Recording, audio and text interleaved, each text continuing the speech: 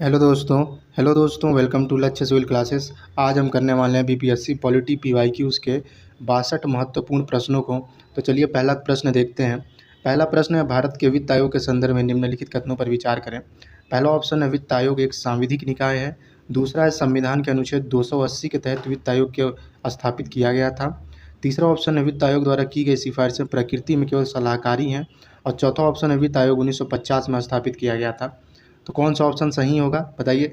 इसमें हो जाएगा ऑप्शन सी, केवल 2 और 3। देखिए, संविधान के अनुसार 280 के तहत वित्त आयोग स्थापित किया गया था, ये सही है।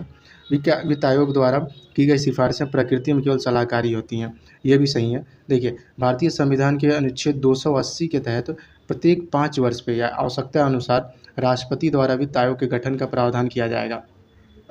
और इसके अध्यक्ष और सदस्यों की नियुक्ति जो होती है वो भी राष्ट्रपति द्वारा ही की जाती है। इस आयोग की जो सिफारिशें होती है वो केवल सिफारिशें सलाहकारी प्रकृति की ही होती हैं। और साथ ही पहले वित्त आयोग का जो गठन हुआ था वो 22 नवंबर 1951 में हुआ था। और उसके अध्यक्ष कौन बने थे? केसी नियोगी की अध्यक्षता में गठित हुआ था। चलिए नेक्स्ट क्वेश्चन आपका है, निम्नलिखित में से किस अनुच्छेद के अंतर्गत वित्त आयोग का गठन का प्रावधान किया गया है? अभी हमने ऊपर देखा था, इसका उत्तर क्या हो जाएगा? 280। चलिए अगला प्रश्न हम लोग देखते हैं। तीसरा प्रश्न है आपका, भारत में संघीय वित्त आयोग संबंध रखता है। तो इसका उत्तर क्या हो जाएगा? इसका उत्तर हो जाएगा ऑप्शन बी, राज्यों और केंद्रों के बीच वित्त से। देखिए, संघीय वित्त आयोग का मुख्य कार्य केंद्र और राज्यों के बीच में करों के शुद्ध आगामों के वितरण और आवंटन के संबंध में सिफारिश देना है। चौथा क्वेश्चन है आपका, निम्नलिखित में से कौन वित्त आयोग के सदस्य के लिए आवश्यक अर्हताओं का निर्धारण करता है? अर्हताओं मतलब योग्यताओं का निर्धारण करता है। तो इसका बताइए क्या हो जाएगा? इसका उत्तर हो जाएगा ऑप्शन सी, संसद विधि द्वारा। देखिए, संविधान का जो अनुच्छेद 280(2) के अनुसार इस संसद विधि द्वारा वित्त आयोग के सदस्यों के लिए आवश्यक अर्हताओं और चयन की रीति का निर्धारण करेगा। ये देखिए, पांचवा क्वेश्चन आपका लेटेस्ट प्रश्न है, वित्त आयोग से ही रिलेटेड है। ये 70वीं बीपीएससी का प्रश्न है।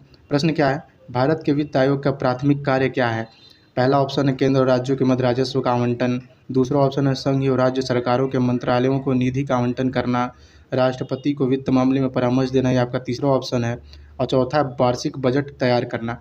इसका उत्तर क्या हो जाएगा? इसका उत्तर हो जाएगा ऑप्शन ए, केंद्र और राज्यों के मध्य राजस्व का बंटवारा। देखिए, वित्त आयोग का मुख्य कार्य क्या होता है? केंद्र और राज्यों के बीच करों के शुद्ध आगामों का वितरण और राज्यों के बीच उनके आवंटन के तरीके की सिफारिश करना। चलिए अगला प्रश्न है, 12वें वित्त आयोग के अध्यक्ष कौन थे? इसका उत्तर क्या हो जाएगा? Option B, doctor C Rangarajan. देखिए, 1 नवंबर 2002 को गठित 12वां वित्त आयोग के अध्यक्ष जो थे वो डॉक्टर सी रंगराजन थे, जो कि भारतीय रिजर्व बैंक के पूर्व गवर्नर भी रह चुके हैं। चलिए अगला प्रश्न है आपका, इनमें से कौन 15वें वित्त आयोग का सदस्य नहीं था? तो इसका उत्तर क्या हो जाएगा? इसका उत्तर हो जाएगा ऑप्शन बी, सुदीप्तो मुंडेला। देखिए, 15वें वित्त आयोग का गठन एन के सिंह की अध्यक्षता में किया गया था। इसके सदस्यों में अजय नारायण झा, अशोक कुमार लहड़िया, डॉक्टर अनूप सिंह और प्रोफेसर रमेश चंद्र शामिल थे। ठीक है, नेक्स्ट प्रश्न है आपका, योजना आयोग की स्थापना कब हुई थी? इसका उत्तर बताइए। इसका उत्तर हो जाएगा ऑप्शन बी, 15 मार्च 1950 को। योजना आयोग की जो स्थापना केंद्रीय मंत्रिमंडल के संकल्प द्वारा 15 मार्च 1950 को की गई थी। इसका जो योजना आयोग का जो अध्यक्ष रहता था प्रधानमंत्री, इसका पदेन अध्यक्ष हुआ करता था। चलिए नेक्स्ट प्रश्न हम देखते हैं, योजना आयोग एक, इसका उत्तर क्या हो जाएगा? इसका ऑप्शन सी, परामर्शदात्री संस्था है। देखिए, योजना आयोग एक संविधानेतर, गैर संवैधानिक और परामर्शदात्री संस्था है जिसका संविधान में कोई उल्लेख नहीं है। 10वां क्वेश्चन है आपका, भारत का योजना आयोग, अभी हमने ऊपर देखा क्या है, अभी हमने इसको ऊपर देखा था। इसका उत्तर क्या हो जाएगा? ऑप्शन बी, एक सलाहकार बोर्ड है। चलिए नेक्स्ट क्वेश्चन है आपका, योजना आयोग का स्वरूप क्या है? देखिए, एक ही प्रश्न कितनी बार पूछा है। इसका भी उत्तर क्या हो जाएगा? ऑप्शन बी, परामर्शदात्री संस्था। सॉरी, इसका उत्तर ऑप्शन क्या होगा? ऑप्शन बी, परामर्शदात्री संस्था। नेक्स्ट क्वेश्चन है आपके लिए 12वां क्वेश्चन हम लोग देखते हैं, योजना आयोग का गठन कब हुआ? तो इसका उत्तर क्या हो जाएगा? ये ऑप्शन बी, 1950, मार्च 1950 में योजना आयोग का गठन हुआ था। अगला प्रश्न है आपका, योजना आयोग है एक, इसका उत्तर क्या हो जाएगा? एक गैर संवैधानिक निकाय। जैसा कि हमने अभी देखा था कि योजना आयोग जो है वो एक संविधानेतर या गैर संवैधानिक निकाय है, साथ ही में एक परामर्शदात्री निकाय भी है। इसका काम केवल परामर्श देने का है। 14वां प्रश्न है आपका, भारत में योजना आयोग किस वर्ष स्थापित हुई थी? तो इसका उत्तर क्या हो जाएगा? अभी मैंने ऊपर बताया आपको, मार्च 1950। इसका उत्तर ऑप्शन ए हो जाएगा।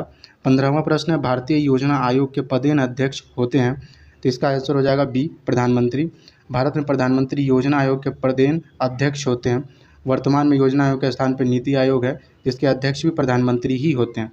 चलिए 16वां प्रश्न है आपका, भारत सरकार के नीति आयोग जो कि आर्थिक निर्धारण का चिंतन समूह है, थिंक टैंक है, नीति का पूरा स्वरूप क्या है? तो इसका उत्तर क्या हो जाएगा? इसका उत्तर हो जाएगा option B, national institute for transforming India. देखिए, नीति का पूर्ण स्वरूप या फुल फॉर्म होता है national institute for transforming India. Hindi में इसको बोलते हैं राष्ट्रीय भारत परिवर्तन संस्थान। चलिए 17वां क्वेश्चन देखते हैं। 17वां क्वेश्चन है, नीति आयोग अस्तित्व में आया था? तो इसका उत्तर क्या हो जाएगा? ऑप्शन सी, 1 जनवरी 2015। योजना आयोग के स्थान पर 1 जनवरी 2015 को नीति आयोग का गठन किया गया। वर्तमान में इसके अध्यक्ष प्रधानमंत्री नरेंद्र मोदी हैं तथा उपाध्यक्ष कौन है? सुमन बेरी। इसको नोट करके रखिएगा, उपाध्यक्ष कौन है? सुमन बेरी। 18वां क्वेश्चन है आपका, भारत के संविधान का कौन सा अनुच्छेद भारतीय निर्वाचन आयोग की स्थापना से संबंधित है? इसका उत्तर क्या हो जाएगा? इसका उत्तर हो जाएगा ऑप्शन ए, अनुच्छेद 324। देखिए, भारतीय संविधान के अनुच्छेद 324 के तहत संसद, राज्य विधानमंडलों, राष्ट्रपति एवं उपराष्ट्रपति पदों के निर्वाचनों के लिए निर्वाचन आयोग का प्रावधान किया गया है। अगला प्रश्न है आपका, ये देखिए, ये भी लेटेस्ट प्रश्न है। सॉरी, बैकग्राउंड नॉइसेस को इग्नोर कीजिएगा। तो हम कहाँ थे? 19वां प्रश्न है जो आपका, ये भी लेटेस्ट 65वीं बीपीएससी री एग्ज़ाम का प्रश्न है जो कि 2020 में हुआ था। प्रश्न क्या है? व्यवस्थापिका के रिक्त स्थानों की पूर्ति के लिए होने वाले विशेष चुनाव को क्या कहते हैं? तो इसका उत्तर क्या हो जाएगा? इसका उत्तर हो जाएगा ऑप्शन बी, उपचुनाव। देखिए, व्यवस्थापिका के किसी निर्वाचित सदस्य के निधन, इस्तीफे या अयोग्यता के कारण हुए रिक्त स्थान को भरने के लिए जो चुनाव होता है उसे उपचुनाव कहते हैं। अगला प्रश्न है आपका 20वां प्रश्न, केंद्र और राज्यों की व्यवस्थापिकाओं के लिए मतदान की न्यूनतम उम्र की सीमा 21 वर्ष से घटाकर 18 वर्ष की गई। 21 वर्ष की गई थी। इसका उत्तर हो जाएगा आपका ऑप्शन सी, 61वां संविधान संशोधन 1989। देखिए, 61वां संविधान संशोधन 1989 द्वारा लोकसभा तथा राज्य विधानसभाओं के चुनाव में मतदान की न्यूनतम आयु सीमा को घटाया गया था। 21वां प्रश्न है आपका, आम चुनाव में मतदान की आयु 21 वर्ष से घटाकर 18 वर्ष की गई थी। ये देखिए, रिपीटेड प्रश्न है। इसका ऑप्शन क्या हो जाएगा? 61वां संविधान संशोधन। चलिए अगला प्रश्न हम देखते हैं। 22वां प्रश्न है आपका, भारत में यदि एक राज्य एक चुनाव लागू किया जाता है तो भारतीय संविधान के किस अनुच्छेद में संशोधन की आवश्यकता होगी? तो इसका उत्तर क्या हो जाएगा? 22वें का उत्तर हो जाएगा ऑप्शन ई, उपयुक्त में से एक से अधिक। तो देखिए, इसका ऑप्शन क्या हो जाएगा? इसका आंसर हो जाएगा ऑप्शन ई, उपयुक्त में से एक से अधिक। क्योंकि एक राष्ट्र एक चुनाव लागू करने के लिए संविधान के कई अनुच्छेदों में संशोधन करना पड़ेगा, जैसे कि 83 जो कि संसद के सदनों की अवधि, अनुच्छेद 85, अनुच्छेद 172 राज्य विधानमंडलों की अवधि जिसमें दी गई है, अनुच्छेद 174 तथा अनुच्छेद 356 शामिल है। इसलिए इसका ऑप्शन हो जाएगा, इस तरह हो जाएगा ऑप्शन ई। 23वां प्रश्न है आपका, भारत के विभिन्न राजनीतिक दलों को राष्ट्रीय क्षेत्रीय दल का दर्जा देने का अधिकार किसको है? तो इसका उत्तर क्या हो जाएगा? इसका उत्तर हो जाएगा ऑप्शन सी, चुनाव आयोग को। भारत के विभिन्न जो राजनीतिक दल हैं उनको राष्ट्रीय क्षेत्रीय स्तर का दर्जा देने का विशिष्ट अधिकार भारत के निर्वाचन आयोग के पास है। 24वां प्रश्न आपका है, भारत में मतदान के लिए प्रयोग की जाने वाली मशीन वीवीपैट का संस्करण क्या है? इसका उत्तर क्या हो जाएगा? इसका उत्तर हो जाएगा ऑप्शन सी, M3। वर्तमान समय में भारत में निर्वाचन आयोग द्वारा मतदान के लिए प्रयोग की जाने वाली जो मशीन है वीवीपैट, उसका जो संस्करण है M3 संस्करण का उपयोग किया जाता है। और वीवीपैट का जो फुल फॉर्म होता है voter verifiable paper audit trail. क्या होता है? Voter verifiable paper audit trail. चलिए 25वां प्रश्न हम देखते हैं, भारत में किसी राजनीतिक दल को राष्ट्रीय दल बनने हेतु पूर्व चुनाव में कम से कम कितने प्रतिशत वोट प्राप्त होने चाहिए? तो इसका उत्तर क्या हो जाएगा? उपयुक्त में से कोई नहीं है, उपयुक्त में से एक से अधिक ये उत्तर होगा इसका, उपयुक्त में से एक से अधिक। निर्वाचन प्रतीक आरक्षण और आवंटन आदेश 1986 के अनुसार यदि किसी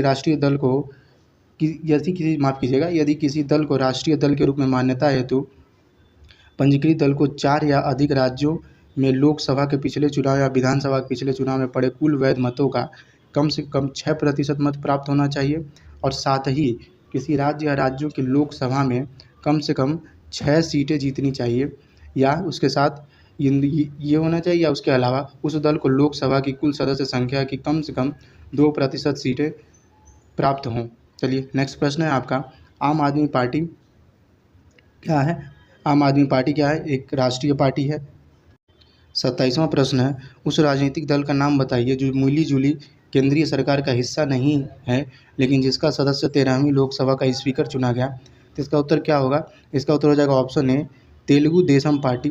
तेलुगु देशम पार्टी के सदस्य जीएमसी बाल योगी 13वें लोकसभा के अध्यक्ष चुने गए थे, जबकि वह दल के उस समय मिली जुली केंद्रीय सरकार में औपचारिक रूप से शामिल नहीं थे। चलिए 28वां प्रश्न देखते हैं हम लोग। 28वां प्रश्न है, भारत के राजनीतिक दलों के संबंध में निम्नलिखित कथनों पर विचार कीजिए। पहला ऑप्शन है, जन प्रतिनिधित्व अधिनियम 1951 राजनीतिक दलों के पंजीकरण का प्रावधान करता है। राजनीतिक दलों का पंजीकरण निर्वाचन आयोग करता है। ये दूसरा ऑप्शन है। तीसरा, राष्ट्रीय स्तर के राजनीतिक दल वह हैं जिन्हें 4 या अधिक राज्यों में मान्यता प्राप्त है। और चौथा, 1999 के आम चुनाव में निर्वाचन आयोग द्वारा मान्यता प्राप्त 6 राष्ट्रीय और 48 राज्य स्तरीय दल थे। तो ये चारों ऑप्शन जो है वो आपके सही हैं। इसलिए कौन सा ऑप्शन सही होगा? ऑप्शन डी, 1, 2, 3, 4 ये सभी सही हैं। अगला प्रश्न हम देखते हैं 29वां प्रश्न, सूची 1 में सूचीबद्ध राजनीतिक दलों को सूचीबद्ध उनके स्थापना वर्ष के साथ सुमेलित करना है। सूची 1 में राजनीतिक दल दिए हैं और सूची 2 में स्थापना वर्ष है। पहला है भारतीय कम्युनिस्ट पार्टी, दूसरा है भारतीय मार्क्सवादी, भारतीय communist party, Bahujan Samaj party और चौथा है आपका ऑल इंडिया तृणमूल कांग्रेस। तो भारतीय कम्युनिस्ट पार्टी का स्थापना वर्ष क्या होगा? 1964। और भारतीय कम्युनिस्ट पार्टी इसकी स्थापना वर्ष क्या होगा? इसका हो जाएगा 1925। देखिए बी का तीसरा। और बहुजन समाज पार्टी इसका हो जाएगा सी का चौथा 1984। ऑल इंडिया तृणमूल कांग्रेस इसका हो जाएगा 1998। इस हिसाब से देखें तो कौन सा ऑप्शन सही होगा? इसके हिसाब से देखें तो ऑप्शन बी आपका सही होगा। देखिए ये लेटेस्ट प्रश्न है, इसको ऐसे ही आप लोग याद कर लीजिए पार्टियों और उसके स्थापना वर्ष के आधार पे। चलिए 30वां क्वेश्चन है आपका, संवैधानिक प्रावधान में संशोधन का प्रावधान किसमें दिया गया है? इसका उत्तर क्या हो जाएगा? इसका उत्तर हो जाएगा आपका ऑप्शन सी, भाग 20 अनुच्छेद 368। देखिए भारतीय संविधान के भाग 20 के अनुच्छेद 368 में संविधान संशोधन की प्रक्रिया और शक्ति का प्रावधान किया गया। इसमें 3 तरह के संशोधन होते हैं, साधारण, विशेष और संवैधानिक संशोधन। चलिए 31वां प्रश्न है आपका, एक नया राज्य बनने में संवैधानिक संशोधन के लिए कैसा बहुमत चाहिए? तो इसका उत्तर क्या हो जाएगा? ऑप्शन ए, साधारण।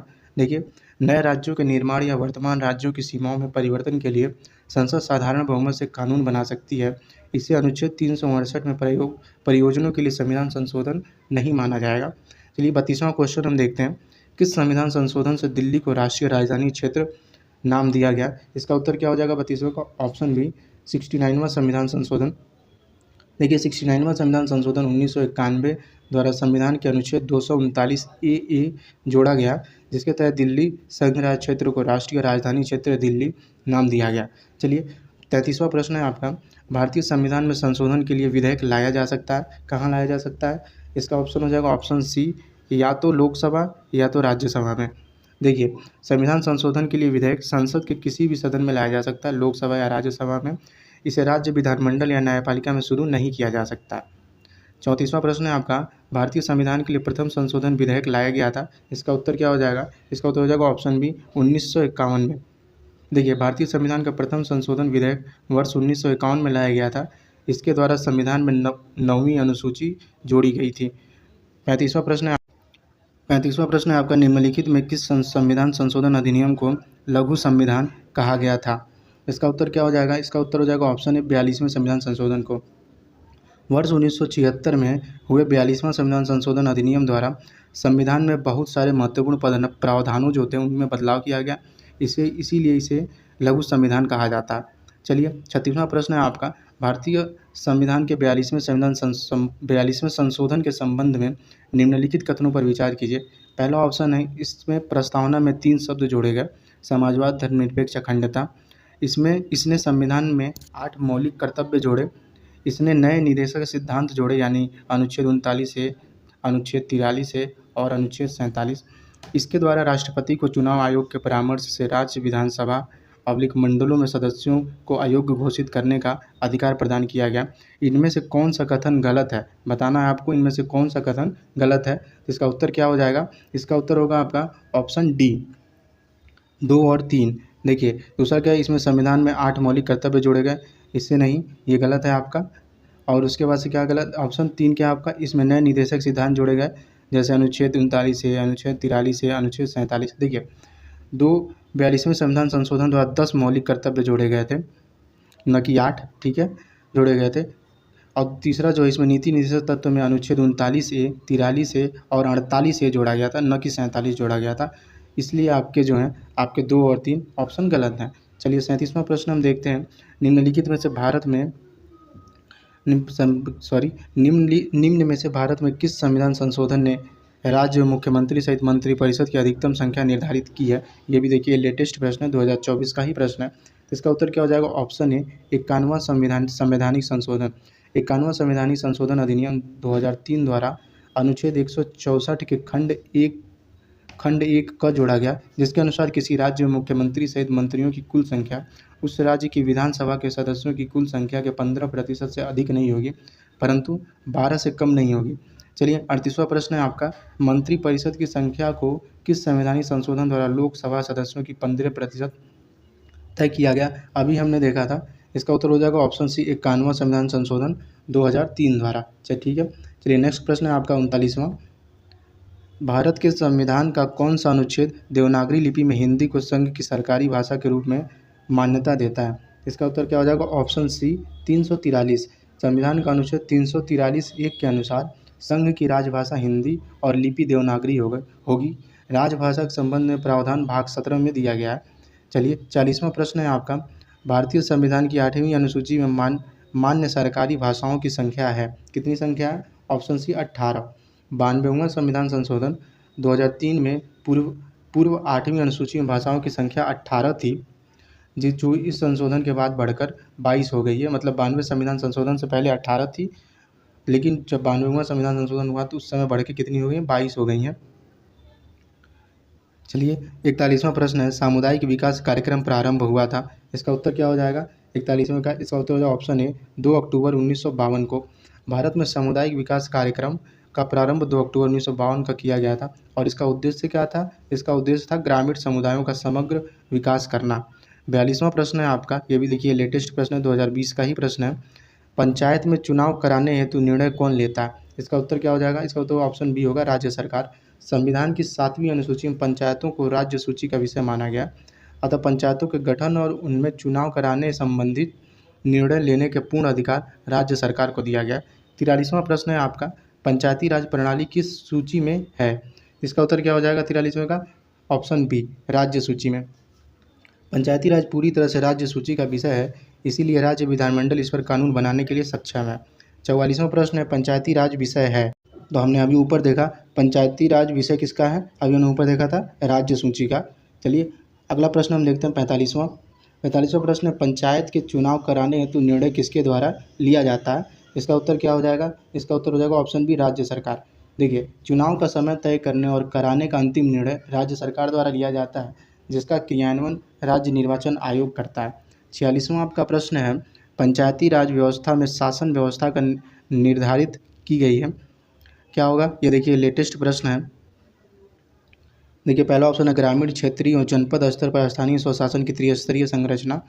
ग्रामीण, क्षेत्रीय, जनपद एवं राज्य स्तर पर स्थानीय स्वशासन की 4 स्तरीय संरचना। ग्रामीण क्षेत्रीय स्तर पर स्थानीय स्वशासन की 2 स्तरीय संरचना। और ऑप्शन डी आपका ग्रामीण स्तर पर स्थानीय स्वशासन की 1 स्तरीय संरचना। इसमें पूछ रहा है कि पंचायती राज व्यवस्था में शासन व्यवस्था क्या निर्धारित की गई है, इसका उत्तर क्या हो जाएगा? इसका उत्तर हो जाएगा ऑप्शन ए। देखिए अनुच्छेद 243(b) के अनुसार पंचायती राज व्यवस्था में त्रिस्तरीय संरचना है। ग्राम स्तर पर ग्राम पंचायत, मध्यवर्ती स्तर पे पंचायत समिति या खंड स्तर पंचायत समिति बोलते हैं कहीं, और कहीं कहीं खंड स्तर बोलते हैं, और जिला स्तर पे जिला परिषद। चलिए 47वां प्रश्न हम देखते हैं, CDP एवं NES के पुनर्गठन के लिए 1957 में NDC द्वारा स्थापित समिति का नाम बताइए, जिसने ग्रामीण स्थानीय सरकार की त्रिस्तरीय प्रणाली का सुझाव दिया था। इसका उत्तर क्या हो जाएगा? ऑप्शन ए, त्रिस्तरीय प्रणाली का सुझाव किसने दिया था? बलवंत राय मेहता समिति। देखिए भारत में त्रिस्तरीय पंचायती राज व्यवस्था की स्थापना की मुख्य अनुशंसा बलवंत राय मेहता समिति, जो कि 1957 द्वारा में इसका गठन हुआ था, द्वारा की गई थी। चलिए 48वां प्रश्न देखते हैं, भारत में पंचायत की अनुशंसा के लिए बनी समिति के अध्यक्ष थे? क्या हो जाएगा इसका उत्तर? इसका उत्तर हो जाएगा ऑप्शन सी, सॉरी, इसका उत्तर आपका हो जाएगा ऑप्शन ए, बलवंत राय मेहता। पंचायतों से रिलेटेड जो समिति थी उसके जो अध्यक्ष बने थे वो बलवंत राय मेहता बने थे। देखिए, भारत में पंचायती राज व्यवस्था का वास्तुकार या शिल्प जिसे माना जाता है वो बलवंत राय मेहता को कहा जाता है। 49वां प्रश्न है आपका, जिस समिति की सिफारिश पर भारत में पंचायती राज की स्थापना की गई उसका अध्यक्ष कौन था? इसका उत्तर बताइए। इसका उत्तर हो जाएगा ऑप्शन सी, बलवंत राय। चलिए, 50वां प्रश्न है आपका, विकेंद्रीकरण प्रणाली की सिफारिश किसने की थी? इसका उत्तर बताइए। इसका उत्तर हो जाएगा ऑप्शन सी, इसका हो जाएगा बलवंत राय मेहता समिति ने की थी विकेंद्रीकरण प्रणाली की सिफारिश। देखिए, प्रजातांत्रिक विकेंद्रीकरण और पंचायती राज व्यवस्था की मजबूत नींव रखने की सिफारिश बलवंत राय मेहता समिति ने की थी।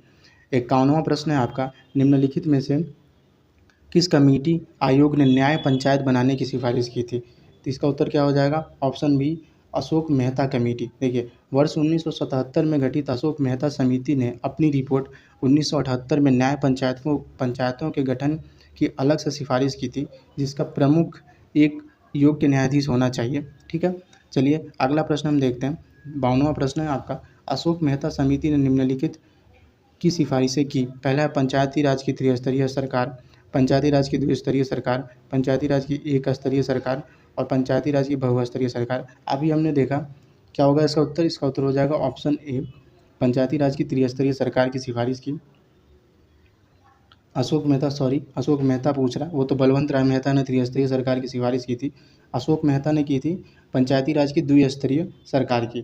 देखिए, अशोक मेहता समिति जो कि 1977 में गठित हुई थी, बलवंत राय मेहता की स्तरीय प्रणाली के स्थान पर द्विस्तरीय प्रणाली जो कि मंडल पंचायत और जिला परिषद होगी, इसकी सिफारिश उसने की थी।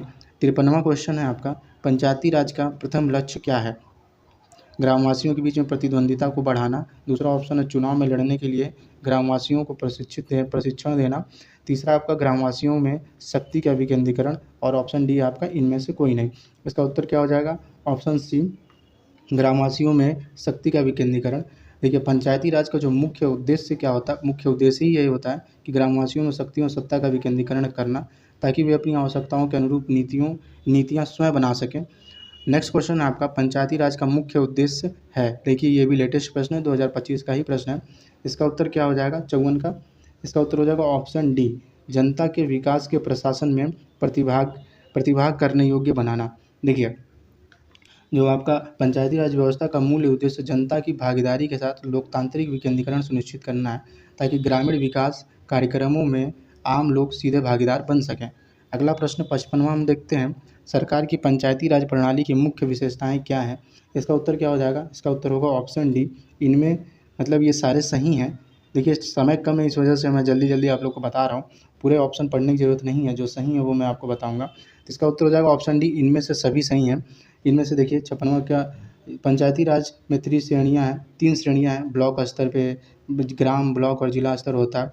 इनका मुख्य उद्देश्य सामाजिक आर्थिक न्याय प्रदान करना है और जिला परिषद स्तर पर स्थानीय सांसद और विधायक भी इसके पदेन सदस्य के रूप में शामिल होते हैं। ठीक है, चलिए 56वां क्वेश्चन है आपका, पंचायती राज की त्रिस्तरीय प्रणाली में आते हैं कौन कौन आता है? अभी हमने ऊपर देखा, इसका उत्तर क्या हो जाएगा? ऑप्शन डी, ग्राम पंचायत, क्षेत्र पंचायत समिति और जिला परिषद, यह आपका सही उत्तर होगा।